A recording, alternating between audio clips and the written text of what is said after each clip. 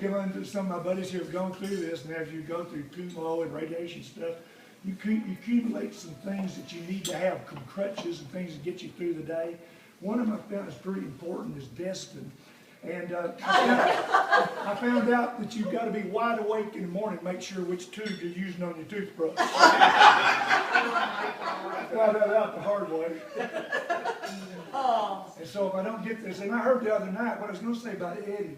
I did miss that party. That was a wonderful party out here. And Eddie had got it tore into the scotches pretty good, I understand, out that way. And he was... what I think he was trying to say, what came across as different, what they were doing is giving you double scotches all along, and triple scotches, and he kept knocking them down, you know. But what he was really telling Julie and the rest of them, he said, I promise you, I'm going to bust through my plan. I can double it and triple it for the year. That's what he was really saying. He really wasn't trying to pour the scotch. Now he's drunk and he doesn't want to say,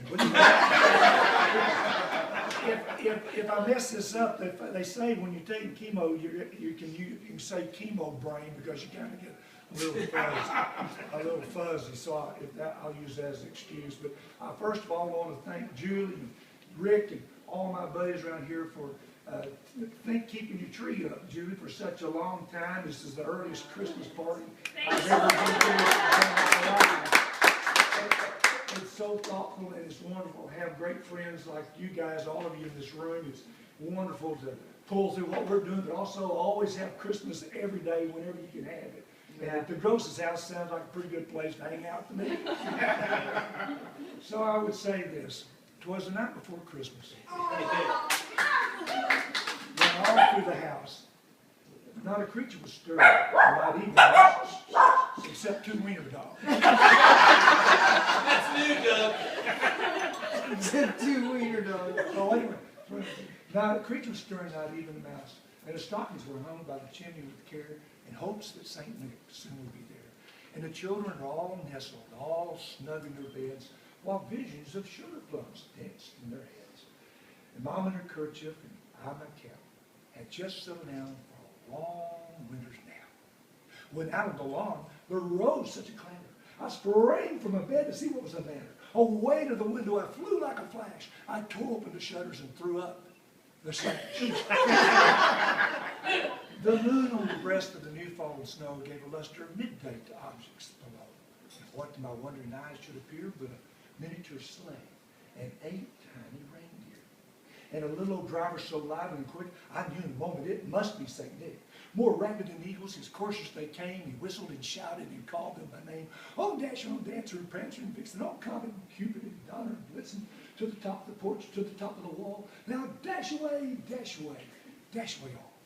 As dry leaves before the wild hurricane fly, when they met with an obstacle and mount to the sky. So, up to the rooftops as coursers they flew, with a sleigh full of toys, and St. Nicholas too. And a twinkling heard a noise on the roof. It was the prancing point of each little hoop. And as I drew, my head was turning around, down the chimney St. Nicholas came with a bound. He was covered all in fur from his head to his foot. His clothes were all tarnished with ashes and soot. And a bundle of toys he had flung over his back, he looked like a peddler opening his sack. Oh, his eyes, how they twinkled, his dimples, how merry. His cheeks were so rosy, and his nose like a cherry. And his droll little mouth was drawn up like a bow, and the beard on his chin was as white as snow. And the stub of a pipe clenched tight in his teeth, and the smoke encircled his head like a wreath. He was jolly and plump, and I jolly well, and I laughed when I saw him in spite of myself. Well, with a wink of the eye and nod of the head soon gave me to know I had nothing to dread.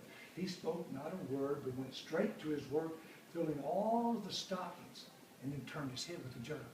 And then laying his finger aside of his nose and giving a nod, up the chimney he rose. He sprang to his sleigh, and to his team gave a whistle, and away they all flew like the down on a thistle.